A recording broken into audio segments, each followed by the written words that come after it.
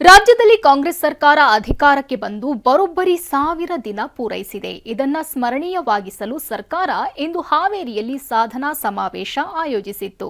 ಇದೇ ವೇಳೆ 1 ಲಕ್ಷ ಕುಟುಂಬಗಳಿಗೆ ಹಕ್ಕುಪತ್ರಗಳನ್ನು ವಿತರಿಸಲಾಯಿತು. ಕರ್ನಾಟಕದ ಇತಿಹಾಸದಲ್ಲಿ ದಾಖಲೆ ಬರದಂತಹ ಭಾಗ್ಯಗಳ ಸರದಾರ ಮಾನ್ಯ ಸಿದ್ದರಾಮಯ್ಯನವರು. ಸಿದ್ದರಾಮಯ್ಯ ಸರ್ಕಾರಕ್ಕೆ 1000 ದಿನಗಳ ಸಂಭ್ರಮ.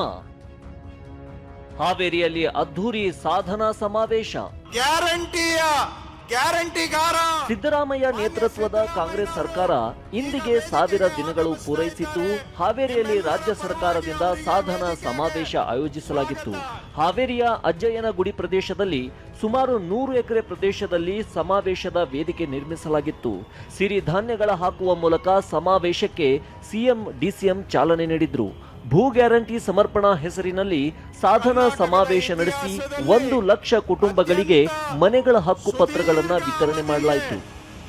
ಯಾವ ಗ್ಯಾರಂಟಿ ಯೋಜನೆಗಳಿದ್ದಾವಲ್ಲ, ಇವು ವಿಶ್ವ ಮಾನ್ಯತೆಯನ್ನು ಪಡೆದಿರ್ತಕ್ಕಂಥ ಯೋಜನೆಗಳು. ಯಾರು ವಿರೋಧ ಮಾಡ್ತಾ ಇದ್ರು ಈ ಯೋಜನೆಗಳನ್ನ, ಗ್ಯಾರಂಟಿ ಯೋಜನೆಗಳನ್ನ, ಅವರೇ ಇವತ್ತು ಇವುಗಳನ್ನ ಅನುಸರಿಸತಕ್ಕಂಥ ಕೆಲಸವನ್ನ ಮಾಡ್ತಾ ಇದ್ದಾರೆ.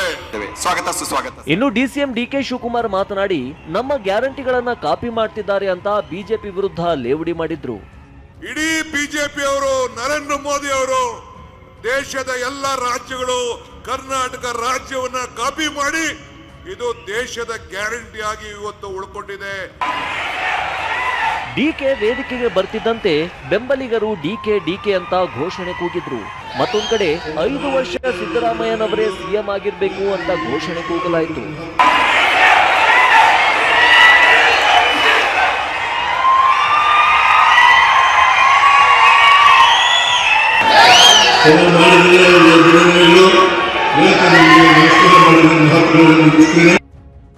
ಇನ್ನು ಸಮಾವೇಶದ ವೇದಿಕೆಯಲ್ಲಿ ಅಕ್ಕಪಕ್ಕದಲ್ಲೇ ಕುಳಿತಿದ್ದ ಸಿಎಂ ಮತ್ತು ಡಿಸಿಎಂ ಹೆಚ್ಚು ಮಾತನಾಡಲೇ ಇಲ್ಲ.